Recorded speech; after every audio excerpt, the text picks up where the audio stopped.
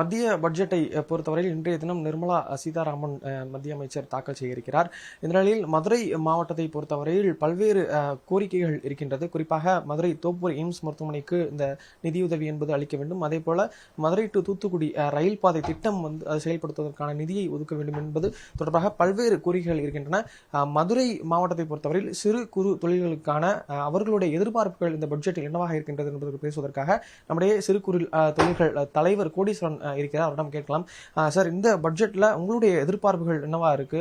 கடந்த ஆண்டு நீங்க எதிர்பார்த்த நிறைய விஷயங்கள் கிடைக்காம போனதா தகவல் இருக்கு. இந்த ஆண்டு நீங்க என்னெல்லாம் எதிர்பார்க்குறீங்க சார்? அனைவருக்கும் இனிய காலை வணக்கம். நாங்கள் கோரிக்கைகள் வச்சுக்கிட்டே தான் இருக்கோம். அரசாங்கம் தான் கருணை கண் கொண்டு பார்க்கணும். ஏன்னா சிறு குறு தொழில்கள்லாம் இன்றைய நிலைமையை வெளியே சொல்லுவதற்கு ஏற்றாற்போர் இல்லை. கொரோனாவில் இருந்தே தொழில்கள் அழிந்து கொண்டு வருகின்றன. அதற்கு மேல் வரிச்சுமை, மின்கட்டண உயர்வு, தொழில் எப்படி செய்கிறதுன்றதே தெரியல எங்களுக்கு. ஏன்னா அடக்க விலை எங்களுக்கு கூடுறதுனால நாங்கள் அடுத்த மாநிலங்களில் ஆல் இண்டியாலேயே போய் போட்டி போட முடியாத சூழ்நிலையில் இருக்குது. மெயினாக மின் கட்டண உயர்வு, அதை காம்பன்சேட் பண்ணுறதுக்கு நமக்கு இருக்கிறது சோலார் எனர்ஜி தான். இப்போ சோலார் எனர்ஜிக்கு எந்த சப்சிடியும் அரசாங்கம் தரல. ஏன்னா மத்திய அரசாங்கம் அதுக்கு ஒரே ஸ்கீமு வீடுகளுக்கு போடுறதுக்கு சப்சிடிஸ் தர்றாங்க. ஆனால் பெரிய நிறுவனங்களுக்கு அவங்களால பெரிய முதலீடு அதில் அளிக்க முடியும், அதில் உண்டான பயன்களையும் பெற முடியும். பட் சிறு குறுந்தொழில்களாக எங்களது எதிர்பார்ப்பு என்னென்னா, ஒரு சிட்பி பேங்க் இருக்குது, சென்ட்ரல் கவர்மெண்ட் பேங்க், அதிலிருந்து இதற்கு ஒரு 25% ஒரு மானியம் கொடுத்தாங்கன்னா நாங்கள் கொஞ்சம் தொழிலை தொந்தரவு இல்லாமல் செய்கிறதுக்கு நடத்துறதுக்கு பெரிய பலன் கிடைக்கும்னு எதிர்பார்க்குறோம். அதே மாதிரி அரசாங்கத்தின் வட்டி விகிதங்கள், ஜிஎஸ்டி பார்த்தீங்கன்னா 5, 12, 18, 28 இவ்வளவும் இருக்குது. எந்த பொருளுக்கு என்னன்றது இப்போ ஓரளவு எல்லாருக்கும் தெரியுது. பட் சிறு குறு தொழிலில் இருக்கிறவங்களுக்கு எதை செய்யணும் எதை செய்யக்கூடாதுன்றதை ஆடிட்டர்ஸ் தான் சொல்லி கொடுத்துட்ருக்காங்க. இதை இந்த சிக்கலை போக்குறதுக்கு 2 ஸ்லாபில் 5 and 12 இல்லை 7 அல்லது 12 அப்படி ஏதாவது ஒன்றை ஃபிக்ஸ் பண்ணிட்டாங்கன்னா எல்லா கேட்டகரியும் அது 2க்குள்ளே வந்துட்டா அரசாங்கத்திற்கும் வரி அதிகமாக கிடைக்கும். ஏமாத்துறவங்க இருக்க மாட்டாங்க. இவ்வளோ வரி வீதங்கள் இருக்கிறதுனால தான் எப்படி ஏமாத்தலான்னு இன்னொரு வழியை கண்டுபிடிக்க வேண்டிய சூழ்நிலைக்கு எல்லாரும் தள்ளப்படுறாங்க. அரசாங்கம் அதை பண்ணால் ரொம்ப நல்லா இருக்கும். அடுத்தது இன்கம் டேக்ஸ். ஜென்ரலாக பெரிய நிறுவனங்களுக்கு என்ன வரி விதிப்பு இருக்கோ அதே தான் எங்களுக்கும் இருக்குது. அவங்களோட வருமானம் என்ன, எங்களோட வருமானம் என்ன, எங்களோட பெர் ஹெட்டுக்கு என்ன வருதுன்னு கணக்கு பண்ணோம்னா அந்தளவுக்கு டேக்ஸ் எங்களால் கட்ட முடியலை. அப்போ சிறு குறு தொழில்களுக்காவது ஒரு சப்சிடைஸ் ரேட்டில் இன்கம் டேக்ஸை கொஞ்சம் குறைச்சா எல்லாரும் கட்டுறதுக்கு முன் வந்துடுவோம். அரசாங்கத்திற்கும் வருமானம் கூடும். ஏன்னா இன்கம் டேக்ஸை கம்மி பண்ணால் தான் பப்ளிக் கையில் பணம் இருக்கும், செலவழிப்பாங்க. பணம் செலவழித்தா தான் எல்லா தொழிலும் நடக்கும், எல்லா பர்ச்சேஸும் நடக்கும். அப்போ அரசாங்கத்திற்கு ஆட்டோமேட்டிக்காக அந்த வரி வந்துடும். கூட கட்டினா என்ன பர்சன்டேஜ் வரும், கம்மியாக போட்டால் என்ன பர்சன்டேஜ் வரும். கூட கட்டுறவங்க கம்மியாக கட்டுறவங்க நிறையா பேர் இருக்காங்க. இந்த வரி வீதங்கள் ஓரளவுக்கு நார்மலாக இருந்ததுன்னா எல்லாரும் வரி கட்டுறதுக்கு தயாராகிடுவோம்.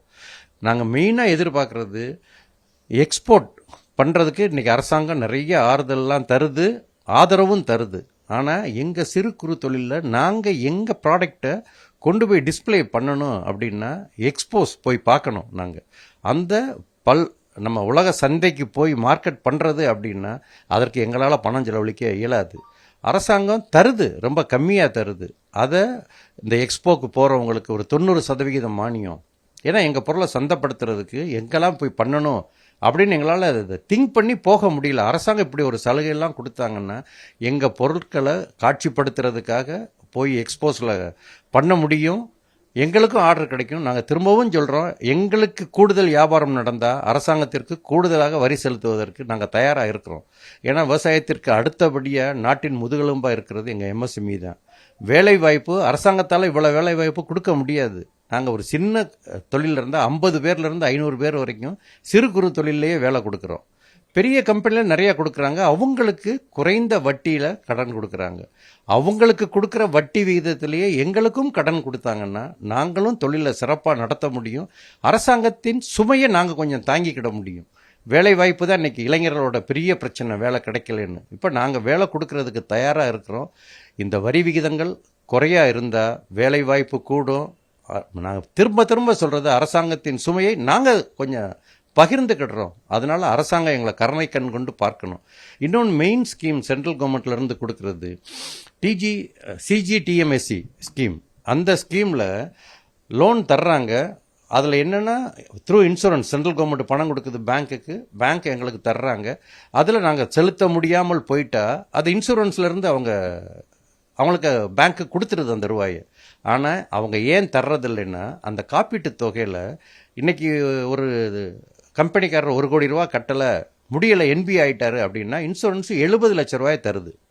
மிச்சம் 30 லட்ச ரூபாயை 3 ஆண்டுகளுக்கு மேலே தான் ஆயிடுது அவங்க திருப்பி கொடுக்கறது, இன்சூரன்ஸ் கொடுக்கறது. அதனால அவங்க பேங்க் அவங்களுக்கு லாஸ் ஆயிரும்னு வச்சுக்கிட்டு யாருக்குமே எங்களை மாதிரி சிறு குறுந்தொழிலுக்கு கடனே கொடுக்கறது இல்லை. பெரிய ஆளுகளுக்கே கொடுத்துட்டு அந்த ஸ்கீமை முடிஞ்சிருச்சின்னு சொல்கிறாங்க. ஏன்னா அவங்களுக்கு ஈஸியாக இருக்கும், பெரிய கம்பெனிகளுக்கு கொடுத்துட்டாங்கன்னா. எங்களுக்கு தரமாட்டுறாங்க. அது கட்டாயம் அது சிறு குறு தொழிலுக்கு தரணும். ஃபினான்ஸ் மினிஸ்டர் கருணை கண் கொண்டு, ஏன்னா அதுக்கு கவர்மெண்ட்டு தான் பணம் ஒதுக்கணும், பேங்காக டைரெக்டாக கொடுத்துட முடியாது.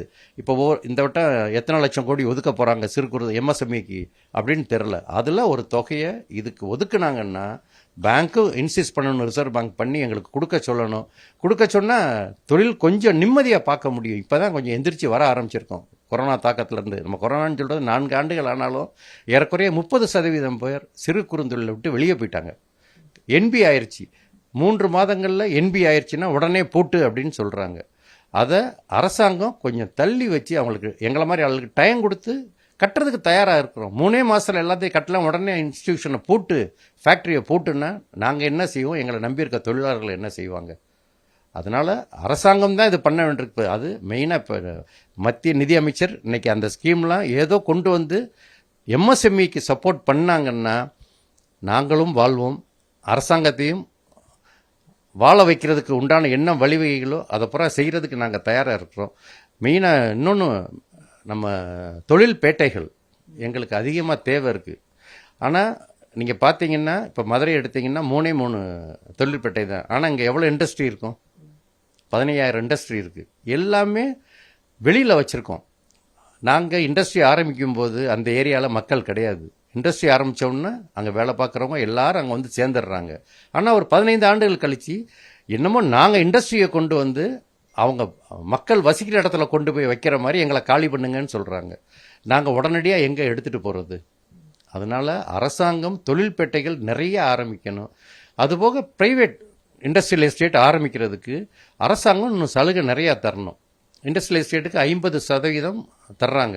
ஆனால் மத்திய அரசாங்கம் தொழில்பேட்டைகளுக்கு 90% மானியம் தர்றாங்க, ரோடு, லைட், மற்ற இன்ஃப்ராஸ்ட்ரக்சருக்கு பூரா. அதே மாதிரி ப்ரைவேட் இண்டஸ்ட்ரியல் எஸ்டேட்டுக்கும் மற்ற பெரிய இண்டஸ்ட்ரீஸ்க்கும் இந்த மானியம் கொடுத்தாங்கன்னா, ஐஐடி ஸ்கீம் ஏற்கனவே இருந்தது, அதை எக்ஸ்டெண்ட் பண்ணி எங்களுக்கும் கொடுத்தாங்கன்னா நாங்கள் சொந்த தொழில்பேட்டைகளை உருவாக்குவதற்கு தயாராக இருக்கிறோம். ஏன்னா கட்டாயம் தொழிலும் கூடும். ஏன்னா நாங்கள் இன்னைக்கு இடத்தை வாங்கி எல்லா இன்ஃப்ராஸ்ட்ரக்சரையும் நாங்கள் செஞ்சோம்னா திருப்பி தொழில் செய்கிறதுக்கு பணத்துக்கு எங்கே போகிறது? ஏன்னா நாங்கள் எம்எஸ்எம்இ, பெரிய இண்டஸ்ட்ரி இல்லை, கார்ப்பரேட் நிறுவனங்கள் இல்லை. கார்ப்பரேட் நிறுவனம் கிடைக்கிற சலுகைகள் உடனடியாக எங்களுக்கு கிடையாது. அதனால் அரசாங்கம் எம்எஸ்எம்இயை மனசில் வச்சு இன்னைக்கு இன்னொரு 1 மணி நேரத்தில் எல்லாம் ஓப்பன் ஆக போகுது, நிறைய கிடைக்கும்னு எதிர்பார்க்குறோம். எங்களோட சேர்ந்து நீங்களும் எதிர்பார்ங்கன்னு உங்களையும் கேட்டுக்கிறோம். Thank you sir. இப்போ இந்த வரி விகிதம் அதிகரிக்கிறதுனால உங்களுக்கு இந்த சிறு குறு தொழில் மூலமா தொழில் பண்றவங்களுடைய எண்ணிக்கை குறையுதா சார்? அது எப்படி நீங்க சார் வரி விகிதத்தில் நாங்கள் தயார் பண்ணுற ஸ்கீமில் அந்த எல்லாத்துக்கும் ஆல் இண்டியாவில் ஒரே ஸ்கீம்னு தான் சொல்கிறாங்க. பட் அவங்க என்ன ப்ரொடெக்ஷன் பண்ணுறாங்க, அந்த அரசாங்கம் மற்ற என்ன சலுகைகள் தருது, இந்தியா பூரா ஒரே இது இல்லையே. இவங்க கொடுக்குற வரி மட்டும்தான் ஒரே மாதிரி இருக்குது. எங்களுக்கு இப்போ நாங்கள் சொல்கிறோம் இல்லையா, எங்கள் இண்டஸ்ட்ரியல் காஸ்ட், எலக்ட்ரிசிட்டி எல்லாம் பண்ணி வரும்போது என்னோட ஒரு பொருளை தயாரிக்கிற அடக்க விலை எனக்கு கூடும்போது நம்ம எப்படி அடுத்தவங்களோட போட்டி போட முடியும்? இப்போ குஜராத்தில் இருக்கிறவங்க போய் நான் போட்டி போடுறதுன்னா அவங்களுக்கு அங்கே எல்லா சலுகையும் கிடைக்குது. அவன் உற்பத்தி ஆகிறதுக்கு அந்த மெட்டீரியலோட காஸ்ட் கம்மியாகுது, எனக்கு காஸ்ட்டு கூட வருது. அந்த பொருளை நான் எப்படி அடுத்த சந்தைக்கு கொண்டு போக முடியும்? அப்போ அந்த தொழிலை நடத்த முடிஞ்சவங்க தான் பண்ணுவாங்க, முடியாதவங்க தொழிலை விட்டுட்டு தானே சார் போகணும். உற்பத்தி பண்ணி நான் வீட்டில் வச்சுக்கிட முடியாது இல்லையா? அதை சந்தைப்படுத்தணும். காஸ்ட்டை குறைச்சா தான் இன்னைக்கு மார்க்கெட்டில் நிற்க முடியும். அதற்கு மற்ற சலுகைகள், அரசாங்க சலுகைகள் கிடைச்சா தான் குறைந்த விலையில் பொருளை உற்பத்தி செய்ய முடியும். அதுக்கு மீண்டும் மீண்டும் நாங்கள் தான் கேட்குறோம், அரசாங்கம் எந்த அளவுக்கு உதவுதோ அதை வச்சு தான் நாங்கள் நிமிர்ந்து நிற்க முடியும். சார், இந்த பட்ஜெட்ல நீங்க பிரதானமா வைக்கக்கூடிய எதிர்பார்ப்பு என்ன சார்? ஆக்சுவலா சார், வரி வகை குறையணும், ஜிஎஸ்டி குறையணும். நம்ம லோன் கிடைக்கிறது பெரிய நிறுவனங்களுக்கு எந்த வட்டி வீதத்தில் கடன் தர்றாங்களோ அதே வட்டி வீதத்தில் எம்எஸ்எம்இக்கும் வட்டி ரூபா கொடுக்கணும். கொடுத்தால் ஒழிய வேறு எதுவும் பண்ண முடியாது. ஏன்னா அவங்க கார்ப்பரேட் அப்படிங்கும்போது அவங்களுக்கு 8.5 தான் வருது. எங்களுக்கு வரும்போது, எம்எஸ்எம்இக்கு வரும்போது 11.5% வருது. அப்போ ஒரு கார்ப்பரேட் நிறுவனம் அந்த பொருளை தயார் பண்ணும்போது அவங்க அடக்க விலை என்ன, எங்கள் அடக்க விலை என்ன? ஏன்னா எல்லாம் ஒன்றுன்னு நான் சொல்கிறோம். அப்போ அவங்களுக்கு கொடுக்குற இன்ட்ரெஸ்ட் ரேட்டில் எங்களுக்கும் கொடுக்கட்டும். கொடுத்தா தான் இனிமேல் தொழிலை வளர்க்க முடியும். அதான் சார் எங்கள் மெயின் எதிர்பார்ப்பே அது. ப்ளஸ் ஜிஎஸ்டி வரி விகிதங்கள் கூட இருக்குது, அதை குறைக்கணும். அது குறைச்சா தான் தொழில் நடத்த முடியும். Thank you sir. வரி விகிதங்கள் குறைக்கப்பட வேண்டும் என்ற பல்வேறு கோரிக்கைகளை மதுரை மாவட்ட சிறு குறு தொழில் சங்கம் சார்பில் வைக்கப்படுகின்றன. இன்னும் சற்று நேரத்தில் இந்த பட்ஜெட் என்பது தாக்கல் செய்யப்படுகின்றது. இவர்களுடைய எதிர்பார்ப்புகள் நிறைவேற்றப்படுமா என்பது பொறுத்திருந்து பார்க்கலாம். ஒளிப்பதிவாளர் பிரபாகருடன் செய்தியாளர் ஹரிகிருஷ்ணன்.